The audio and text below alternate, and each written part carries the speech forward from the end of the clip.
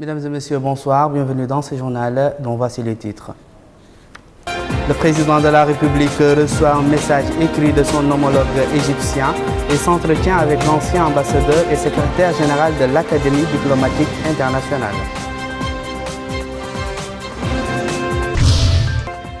Le Conseil des ministres approuve une série de projets de loi et suit une communication relative à l'organisation du prochain pèlerinage.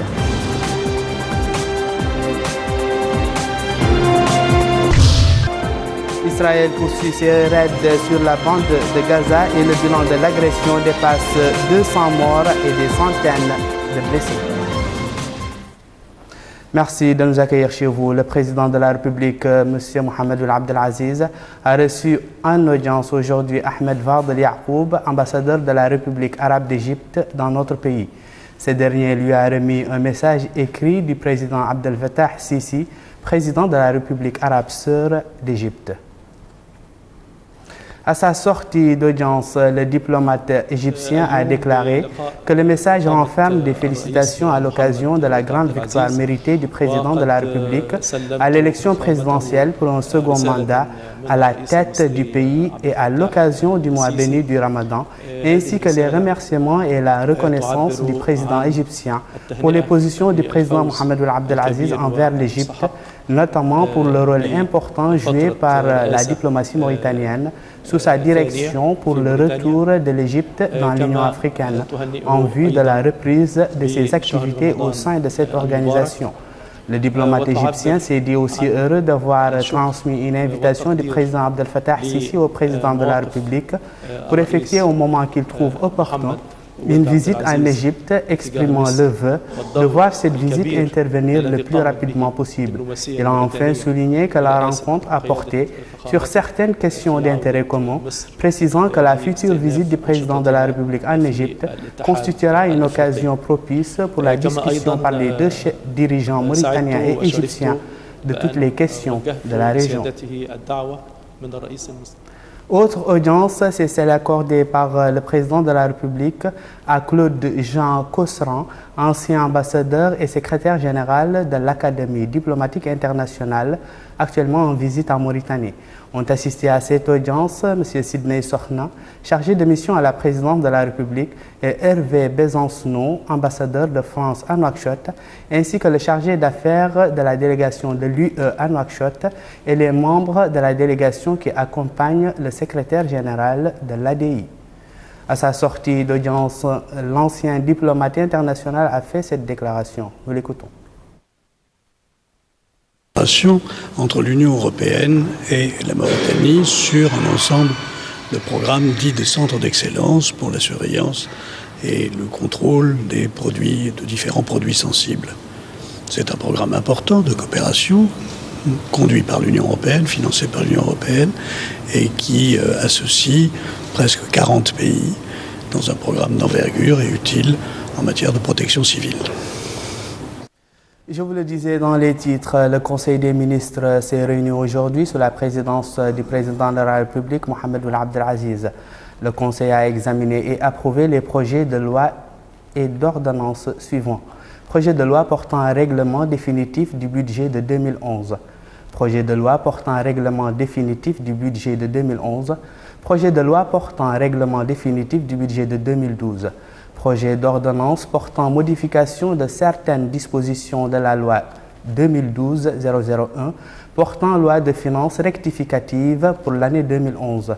Le présent projet d'ordonnance a pour objet de modifier la grille du minimum de perception prévue pour certains types de véhicules et la prohibition de l'importation sur l'ensemble du territoire national de véhicules répondant à certaines prescriptions d'âge énumérées en vue de bâtir un rempart contre les importations devenues massives dans notre pays de véhicules usagés, vétustes et dangereux.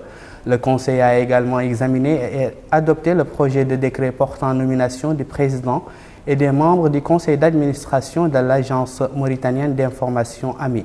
Le ministre des Affaires étrangères et de la coopération a présenté une communication relative à la situation internationale. Le ministre de l'Intérieur et de la décentralisation a présenté une communication relative à la situation intérieure. Le ministre des Affaires islamiques et de l'enseignement originel a présenté une communication sur l'organisation du pèlerinage Hajj pour l'année 2014.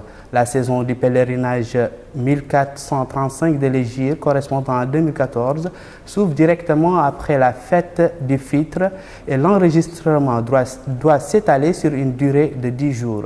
Le planning des vols est fixé comme suit. Aller, Nouakchott-Médine le 16/9/2014 au 19/9/2014. Retour, Jeddah-Nouakchott le 20/10/2014 au 23/10/2014.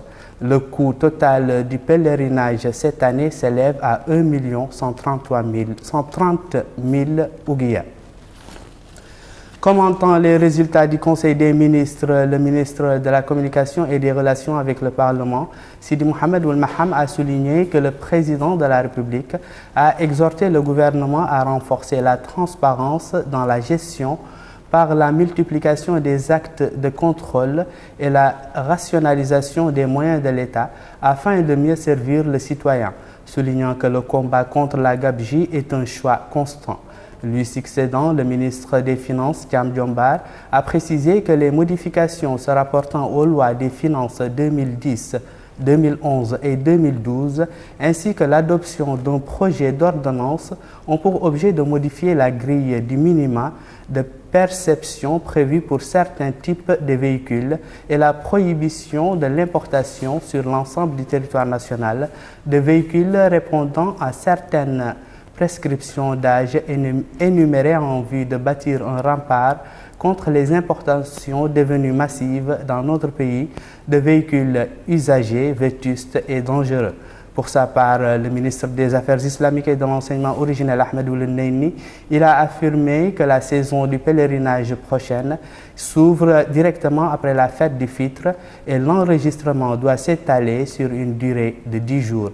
Il a ajouté que la priorité sera donnée aux citoyens qui n'avaient pas été enregistrés les années précédentes et que le quota de la Mauritanie cette année est de 2692 pèlerins, dont 1692 seront pris en charge par l'État et 1000 par les agences du Hajj. Toutes les dispositions ont été prises par le département des Affaires islamiques afin que les pèlerins mauritaniens s'acquittent de leurs obligations du Hajj dans des conditions décentes, aussi bien à Médine qu'au niveau de la Mecque, a conclu le ministre. En réponse à une question relative à la situation des populations sinistrées en Bout, le ministre de la Communication et des Relations avec le Parlement a précisé que le gouvernement avait apporté les secours aux sinistrés d'Mbout dès les premières heures, car plus de 691 familles victimes des inondations ont été identifiées et ont bénéficié des distributions de tentes, de vivres et de produits d'hygiène. Et d'ajouter que le commissaire à la sécurité alimentaire et le wali du Gorgol sont sur les lieux pour mener les interventions nécessaires, bien que certains cherchent à amplifier l'ampleur du sinistre. Sidi Mohamed Ould Maham a ajouté qu'il existe un plan d'action visant la reprise de la vie normale dans la zone par l'encouragement des citoyens à profiter du programme Vivre contre travail en attendant l'assèchement des eaux de pluie et la reconstruction du barrage de la Muqata'a détruit par les inondations.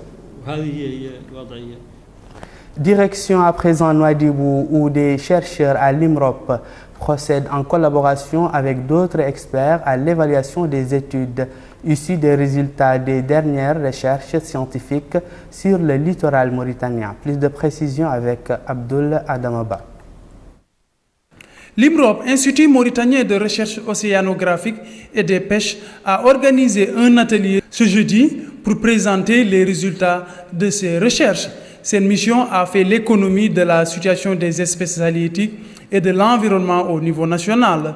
Cette activité rentre dans le cadre des rencontres du jeudi que mène cet institut de recherche. La présentation qu'on vous a montrée aussi sur le système de suivi de monitoring en Mauritanie, c'est dans le cadre du programme Biodiversité Gaz Pétrole. L'objectif du programme, c'est quoi? C'est-à-dire que exploiter le pétrole en Mauritanie tout en maintenant la ressource halieutique qui est très très importante pour nous. Donc pour nous, à l'IMROC, notre priorité, c'est la préservation de nos ressources, nos poissons. Donc à travers ce programme, nous effectuons plusieurs missions le long du littoral mauritanien. Mais la 7e mission, nous avons remarqué des phénomènes extraordinaires. Nous avons remarqué des mortalités très importantes de mammifères marins. Nous avons remarqué un très grand nombre de tortues qui se sont échouées le long du littoral. Mais ce qui nous a le plus frappé, c'est la prolifération très importante de méduses qui a été identifiée par un professeur qui est en Italie qui nous a confirmé cette espèce. Les retombées de cette enquête menée par 4 institutions en vue de mesurer le degré de vulnérabilité des espèces halieutiques constituent un moyen afin de faire face aux répercussions que cela pourrait engendrer contre notre environnement. La société mauritanienne de distribution de poissons s'est déployée au Tagan où elle a procédé à une distribution gratuite de poissons au profit des habitants les plus démunis. Rabia Dedda. Durant ce mois béni du Ramadan, la distribution de poissons gratuite effectuée par la société de distribution de poissons se poursuit sur toute l'étendue du territoire, notamment ici à Tijgja, capitale de la wilaya du Tagan. À cette occasion, le wali du Tagan, M. Yahya Ould Cheikh Mohamed Val, a précisé que cette opération s'inscrit dans le cadre des orientations du président de la République, M. Mohamed Abdelaziz, visant à disponibiliser le poisson dans toutes les localités du pays, par le biais de la Société nationale de distribution de poissons. Il a ajouté que les quantités distribuées qui sont de l'ordre de 20 tonnes au profit des populations de Tijgja et de Moujriya. Un responsable au sein de la Société nationale de distribution de poissons nous a confié l'importance que la société accorde à ces distributions et à la qualité du poisson. Veillez toujours à surveiller la qualité du poisson, la qualité au moment du transport, la qualité au moment du déchargement. Et je crois que par rapport aux mesures prises en place par les autorités locales pour la distribution, toute la population semble être très satisfaite de ce qui a été fait, en tout cas jusqu'à présent. Le maire de Tijgja, pour sa part, remercié les autorités pour cette opération qui, a-t-il dit, contribuera à soulager les populations durant ce mois béni du Ramadan. Cette distribution de poissons a été perçue par les bénéficiaires de Providentiel. Ils ont tour à tour remercié les autorités pour l'importance qu'ils accordent aux franges les plus démunies. Notons que la SNDP commencera dès demain à distribuer du poisson gratuitement au profit des habitants de la vallée. Ici à Nouakchott, l'école supérieure de gestion a organisé une cérémonie au cours de laquelle du matériel de communication ainsi que des téléphones ont été attribués à 20 villages non électrifiés. Le directeur de la promotion de la microfinance et de l'intégration professionnelle s'est félicité de cet appui. Quant au directeur de l'école, il a fait savoir que cette initiative vise à soutenir les populations rurales à travers la création d'activités génératrices de revenus. Au chapitre des activités des partis politiques, le rassemblement organisé hier soir par le parti Tawassoul devant son siège central dans la Muqata'a d'Uksar. Objectif, manifester son appui et son soutien aux populations de Gaza et sa condamnation de l'agression israélienne. Les différents responsables du parti ont évoqué les répercussions de cette agression et ses conséquences sur la région et demandé un mouvement populaire d'envergure de rejet des politiques israéliennes contre le peuple palestinien. Quant au président du parti Tawassoul, Mohamed Jamil Ould Mansour, il a appelé à un sursaut populaire pour soutenir les populations de Gaza face à l'agression sioniste. Et nous clôturons ce journal par l'actualité internationale sous forme de brève avec Babacar Ndiaye. Coup d'envoi officiel des négociations intermaliennes, elles ont débuté mercredi à Alger. L'Algérie se réjouit d'avoir réussi à réunir autour d'une même table le gouvernement malien et les différents groupes armés du Nord. D'ores et déjà, les pourparlers s'annoncent compliqués, mais du côté du gouvernement malien, on se dit prêt à aller loin dans les discussions tant qu'on ne touche pas à l'unité du Mali. La Tunisie annonce la mort de 14 soldats des militaires tués mercredi soir lors de violences sur le mont Chambi près de la frontière avec l'Algérie. 2 postes de surveillance de l'armée ont été attaqués dans cette zone où sévit un groupe djihadiste. 18 soldats ont été blessés et 1 est porté disparu. En Afghanistan, les talibans multiplient les attaques à la veille du recomptage des voix de la présidentielle. Un commando a ouvert le feu en lance-roquettes contre l'aéroport ultra sécurisé de Kaboul. 4 combattants avaient pris position dans un bâtiment à proximité de l'aéroport qui abrite une base de l'OTAN. Les forces de sécurité afghanes ont décimé le commando après 4 heures d'affrontement. Ces violences surviennent alors que le pays attend toujours le résultat des élections présidentielles. La trêve entre Israël et le Hamas est entrée en vigueur jeudi dans la bande de Gaza. Ce nouvel espoir de voir les armes se taire avait été toutefois précédé d'une série d'attaques meurtrières. 4 Palestiniens ont été tués jeudi matin, quelques minutes avant la trêve, et 4 enfants fauchés la veille par un bombardement de la marine israélienne alors qu'ils jouaient au football en bord de mer. Accusée d'avoir tiré délibérément, l'armée israélienne s'est bornée à indiquer qu'elle ciblait le Hamas et qu'une enquête était ouverte sur cet incident tragique. Avant de nous quitter, le rappel des titres.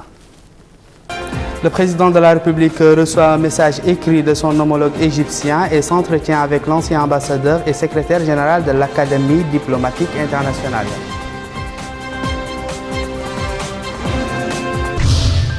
Le Conseil des ministres approuve une série de projets de loi et suit une communication relative à l'organisation du prochain pèlerinage.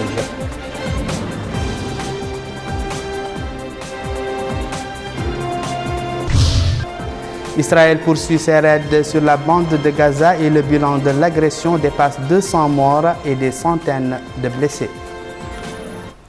Merci de nous avoir suivis. Merci également de votre fidélité. Au revoir.